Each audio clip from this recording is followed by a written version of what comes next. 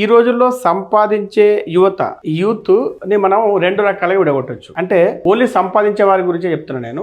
ఒకటేంటంటే రెండు రకాలే ఉంటారు, ఎక్కువ మంది ఉంటారు. ఎందుకు అంటే ఒకటి ట్రేడింగ్ చేసేవాళ్ళు, రెండు ఇన్వెస్ట్ చేసే వాళ్ళే ఉంటారు. ఏదో ట్రేడింగ్ అనే చేస్తుంటారు, లేదంటే ఇన్వెస్ట్మెంట్ అనేది చేస్తుంటారు. సో ట్రేడింగ్ అంటే F&O అంటే ఫ్యూచర్స్ అండ్ ఆప్షన్స్లో ట్రేడింగ్ చేసే వాళ్ళకి ఏంటంటే సెబీ డేటా చెప్తుంది ఏంటి, 91% నష్టపోతుంటారు. ఇక గత ఆర్థిక సంవత్సరంలో వీరు నష్టపోయిన మొత్తం ఎంత అంటే 1,06,000 కోట్లు. సో నష్టపోతున్న వాళ్ళు 43% మంది 30 ఏళ్ల లోపు వారని అందుకే చెప్పింది అనమాట. యూత్ గురించి చెప్తున్నాను. 30 ఏళ్ల లోపు వారు దాదాపు 43% మంది నష్టపోతున్నారు. మిగతా 30 ఏళ్ల పైన వాళ్ళు అనమాట. ఇక మ్యూచువల్ ఫండ్స్లో ఇప్పుడు ఏదైతే ఎస్ఐపిలో ఇన్వెస్ట్ చేసేది ఇక్కడ 20,000 కోట్లోనే ఉంది. అంటే గత ఆర్థిక సంవత్సరం ఇది. యాక్చువల్గా ఇప్పుడు ఏంటంటే దాదాపు ప్రతి నెల 35,000 కోట్లకు పైగా ఎస్ఐపి జరుగుతూ ఉందన్నమాట. సో ఇదేంటంటే మన మార్కెట్కి మంచిది, ప్లస్ ఎవరైతే ఇన్వెస్ట్ చేస్తున్నారో వారికి కూడా మంచిది. ఏంటి అంటే ఎందుకు అంటే ఇది స్టాక్ మార్కెట్లో లాంగ్ టర్మ్ పెట్టుబడులు అనేవి ఎప్పుడూ కూడా మంచి రిటర్న్స్ ఇస్తాయని చెప్పేసి మనకు ఏ దేశ స్టాక్ మార్కెట్ చరిత్ర చూసినా మనకు తెలుస్తుంటుంది. సో దీన్ని ఎంకరేజ్మెంట్ చేయడం కోసము, దీనికి అడ్డుకట్ట వేయడం కోసం సెబీ రకరకాలుగా ప్రయత్నిస్తూ ఉంటుంది. అంటే చాలా రకాలుగా మీరు ఏదైనా డిమాట్ అకౌంట్ ఓపెన్ చేయగానే చెప్తుంది అనమాట, ట్రేడింగ్ చేసే వాళ్ళు ఇంతమంది లాస్ అవుతున్నారు, సో జాగ్రత్త అనేది మనకు చెప్తూ ఉంటుంది. సో ఇప్పుడు ఏంటంటే ఇంకొక ప్రయత్నం కూడా, అంటే లాంగ్ టర్మ్ ఇన్వెస్ట్మెంట్స్ని ఎంకరేజ్ చేయడం కోసం ఒక సెబీ ఒక కొత్త ప్రపోజల్ తెచ్చింది. అదేంటో ఈ వీడియోలో మనం తెలుసుకోబోతున్నాం. సెబీ తెచ్చిన ఆ కొత్త ప్రతిపాదన ఏంటి అంటే, మీకు శాలరీ వస్తుంది, ఆ శాలరీ నుంచి ఆటోమేటిక్గా ఎస్ఐపి కట్ అయ్యే వస్తుంది. సో మీ బ్యాంకులో ఏంటంటే మిగిలిన జీతం పడుతుంది. ఎస్ఐపి కట్ అయిన తర్వాత మీ బ్యాంకులో మిగిలిన జీతం పడుతుంది. సో మనం ఏదైతే ఫండ్ ఎంచుకుంటామో దాంట్లో నుండి ఆటోమేటిక్గా మీ ఎంప్లాయర్, అంటే గవర్నమెంట్ అయితేనేమో గవర్నమెంట్, కంపెనీ అయితేనేమో ఆ కంపెనీ ఆటోమేటిక్గా కట్ చేసి ఆ మ్యూచువల్ ఫండ్స్లో పెట్టుబడి పెడుతుంది. ఇది కరెక్ట్గా ఎలా పనిచేస్తుందో మనం డీటెయిల్గా తెలుసుకుంటే, ఆల్రెడీ ఎంప్లాయీస్ శాలరీ నుండి ఈపీఎఫ్ అనేది కట్ అవుతూ ఉంటుంది. చాలా మందికి ఇప్పుడు ఎల్ఐసి ఉంది కదా, సరే ఈపీఎఫ్ అనేది గవర్నమెంటే, సరే ఎల్ఐసి కూడా గవర్నమెంటే. సో దీంట్లో ఏంటంటే పే స్లిప్లో ఆల్రెడీ కట్ అయిన తర్వాతనే మిగతా శాలరీ అనేది బ్యాంక్ అకౌంట్లోకి వస్తుంది. సో అలాగనే అంటే ఈపీఎఫ్లో ఎలాగైతే ఉందో, అంటే ఈపీఎఫ్ అనేది ఏంటి, మనం అదొక రిటైర్మెంట్ ఫండ్ కోసం మనం దాన్ని చేస్తుంటాం. ఇప్పుడు ఇదే మ్యూచువల్ ఫండ్ ఎస్ఐపి కూడా మనం వెల్త్ క్రియేషన్ కోసం చేస్తున్నాం కాబట్టి దీన్ని కూడా మనకి ఇష్టమైన మ్యూచువల్ ఫండ్స్ ఏ ఫండ్స్ ఉన్నాయో అవి సెలెక్ట్ చేసుకోవడం, వాటి నుంచి మనము ఇది కట్ చేయమని చెప్పినప్పుడు ఆటోమేటిక్గా మన జీతం నుంచి కట్ అవుతుంది. దీనివల్ల ఏం జరుగుతుందంటే మీరు ఆల్రెడీ మీరుగా పెట్టడం కంటే కూడా ఏంటంటే ఆటోమేటిక్గా ఇది ఒక హ్యాబిట్ లాగా మార్చే ప్రయత్నం జరుగుతుందన్నమాట. దీంట్లో ముఖ్యంగా 4 స్టేజ్లు ఉంటాయి. సో ఇది ఎలాంటి స్టేజ్ ఎలా ఉంటుందంటే, మీరు ఏవైతే ఫండ్స్ ఉంటాయో, అంటే మీరు ఒక 4 ఫండ్స్ ఎంచుకున్నారు అనుకోండి, ఒక ఫ్లెక్సీ క్యాప్, ఒక మల్టీ క్యాప్, ఒక మల్టీ అసెట్ అలొకేషన్, ఒక హైబ్రిడ్. సో ఇలా కనుక మీరు ఫండ్ సెలెక్ట్ చేసుకొని ప్లస్ ఎంత ఎస్ఐపి చేయాలి అనేది మీరు ఫస్ట్ ఒకటి డిసైడ్ చేసుకుంటారు. తర్వాత జీతం రోజు, శాలరీ రోజు మీ కంపెనీ పిఎఫ్, ట్యాక్స్ దీంతో పాటు ఇది కూడా ఆటోమేటిక్గా కట్ అయిపోతుంది మీ శాలరీ నుండి. సో ఆ కట్ అయిపోయిన అమౌంట్ ఏంటంటే డైరెక్ట్గా ఏఎంసీకి వెళ్తుంది, అసెట్ మేనేజ్మెంట్ కంపెనీ, అంటే మ్యూచువల్ ఫండ్ కంపెనీకి వెళ్తుంది ఆ డబ్బులు డైరెక్ట్గా.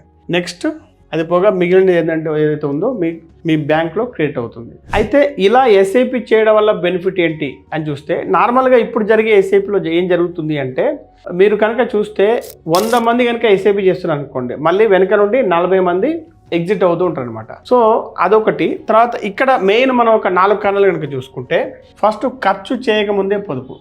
చాలామంది ఏమనుకుంటారంటే, నేను అన్ని ఖర్చు చేసిన తర్వాత మిగిలిది ఏదైతే ఉందో దాన్ని మనం ఇన్వెస్ట్ చేద్దామని అనుకుంటున్నాం అనమాట. ఇక్కడ ఏంటంటే మన చేతిలో డబ్బు రాకముందే ఆ పర్టికులర్ అమౌంట్ ఏదైతే ఉందో దాన్ని కనుక మనం ఇన్వెస్ట్ చేస్తే ఎలా ఉంటుంది, సో అప్పుడు అదొక హ్యాబిట్గా మారుతుంది. సో అందుకని మన చేతిలో డబ్బులు పడకముందే అదొక సేవింగ్ ఇన్వెస్ట్ అవుతుంది. నెక్స్ట్ రిమైండర్స్ అవసరం లేదు.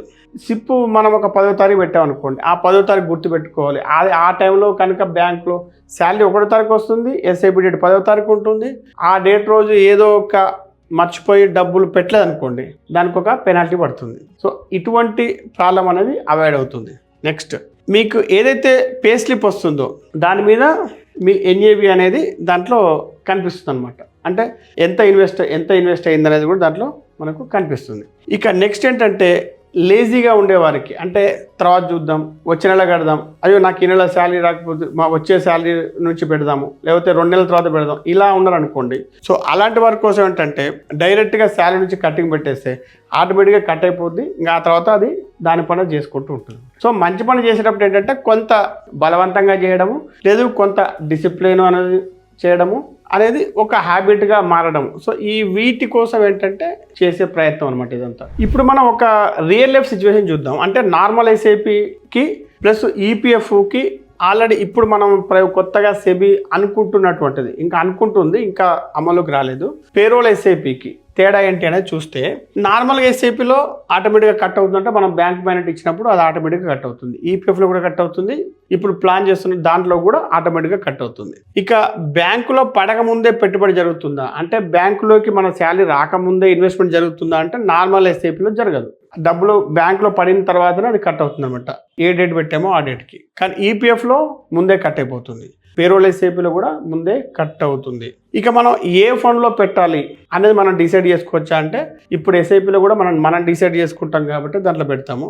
ఇక ఈపీఎఫ్లో ఆ ఛాన్స్ ఉండదు, పేరోల్ ఎస్ఐపిలో ఆ ఛాన్స్ ఉంటుంది. ఇక మనం ఎప్పుడంటప్పుడు ఆపేయచ్చా అంటే, ఇప్పుడు ఎస్ఐపి ఆల్రెడీ మన ఆపడంలో మనం ఎక్స్పర్ట్స్ కాబట్టి ఎప్పుడైనా ఆపుకోవచ్చు. ఇక ఈపీఎఫ్ అనేది ఆపలేము, పేరోల్ ఎస్ఐపిలో కూడా ఆపుకోవచ్చు. దాంట్లో కూడా నాకు వద్దు అంటే ఆపేస్తారు నెక్స్ట్ మంత్ నుండి. ఇక జనరల్గా పబ్లిక్ వచ్చే కొన్ని డౌట్స్ ఎలా ఉంటాయంటే, అందులో మొదటి డౌట్ చూద్దాము. సో ఇక్కడ ఏంటంటే మరి నా శాలరీ నుంచి కట్ అవుతుంది కదా, మరి నా డబ్బు మీద మా ఆఫీస్ బాస్ ఏమైనా కంట్రోల్ చేస్తాడా అనేది ఒక పెద్ద డౌట్ వస్తుంది అనమాట. అయితే ఇక్కడ ఏంటంటే దీని యొక్క పూర్తి కంట్రోల్ అనేది మీ చేతిలో ఉంటుంది. సో ఎలా అంటే, ఇప్పుడు ఫస్ట్ ఏ మ్యూచువల్ ఫండ్ ఎంచుకోవాలి అనేది మీరే డిసైడ్ చేస్తారు, ఏ మ్యూచువల్ ఫండ్ కంపెనీ ఏ స్కీమ్ అనేది మీరు డిసైడ్ చేస్తారు. ఇక కంపెనీ పాత్ర ఏంటి అంటే, మీ జస్ట్ డబ్బును కట్ చేసి వాళ్ళకి ఇవ్వడం, అంటే ఇది ఒక ప్లాట్ఫామ్ మాత్రమే. నెక్స్ట్ మరి దీంట్లో వచ్చే నేను విత్డ్రా చేసినప్పుడు కానీ, కొన్ని డివిడెండ్స్ వచ్చినప్పుడు కానీ, మరి అవి ఎక్కడికి వెళ్తాయంటే అవి డైరెక్ట్ మీ బ్యాంకు ఖాతాకే వస్తాయి, మళ్ళీ మీ ఎంప్లాయర్ ఖాతాలోకి పోవు. నెక్స్ట్ దీంట్లో సేఫ్టీ ఏంటి మరి అంటే, సో ఆల్రెడీ కేవైసీ అనేది చాలా స్ట్రిక్ట్గా ఉండబోతుంది. వీరి యొక్క ఆడిట్ కూడా చాలా స్ట్రిక్ట్గా వీళ్ళు జరుపుతారనమాట. సో అది వీరి ప్లానింగ్.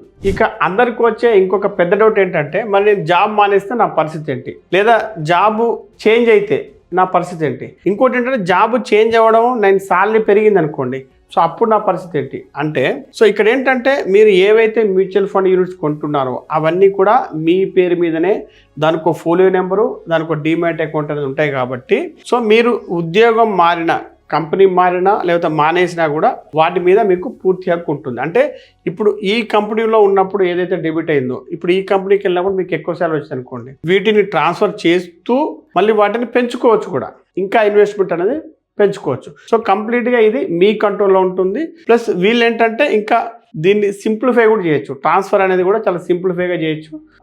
మళ్ళీ మీరు ఏంటంటే దాన్ని విత్డ్రా చేసి దీంట్లో పెట్టడం వల్ల ఏంటంటే ఇక్కడ మీకు ట్యాక్స్ ప్రాబ్లమ్స్ ఉంటాయి, తర్వాత కొన్ని ఏంటంటే ఎగ్జిట్ లోడ్ పడుతుంటాయి. అదే మీరు డైరెక్ట్ ట్రాన్స్ఫర్ చేశారనుకోండి, సో ఇష్యూ అనేది ఉండదు. అయితే ఇక్కడ వచ్చే మెయిన్ ప్రాబ్లం ఏంటంటే ప్రాసెస్ అనేది సింప్లిఫై చేయడం. అంటే ఇప్పుడు మనం మ్యూచువల్ ఫండ్స్లో కనుక విత్డ్రా చేసినప్పుడు, సో కనీసం ఏంటంటే మనకు ఒక 2 రోజులు పడుతుంది, T+2 అంటే ఇవాళ డ్రా చేస్తే ఎల్లుండి కానీ అవతలండి కానీ మనకు డబ్బులు వస్తున్నాయి. సో దీంట్లో కూడా ఏంటంటే మనము ఫిక్స్డ్ డిపాజిట్ బ్రేక్ చేసిన వెంటనే డబ్బులు వచ్చినట్టుగా, యూపీఐ ద్వారా వచ్చినట్టుగా దీంట్లో అంత స్పీడ్ రాదు. కానీ కాకపోతే ఒక T+1 కనుక వస్తే ఈ స్కీమ్ అనేది, అంటే ఈ ప్లానింగ్ అనేది చాలా సక్సెస్ఫుల్గా అవుతుంది అనమాట. లేదు కనీసం T+2 అయినా కూడా పర్వాలేదు, ఎక్కువ అయింది అనుకోండి అప్పుడు ఎవరు కూడా ఇంట్రెస్ట్ చూపించరు.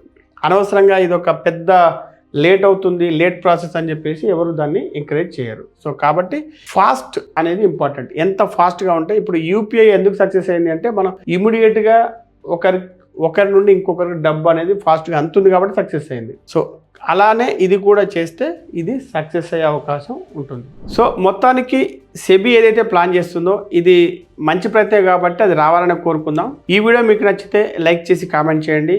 మీకు తెలిసిన వారందరికీ ఈ వీడియోను షేర్ చేయండి.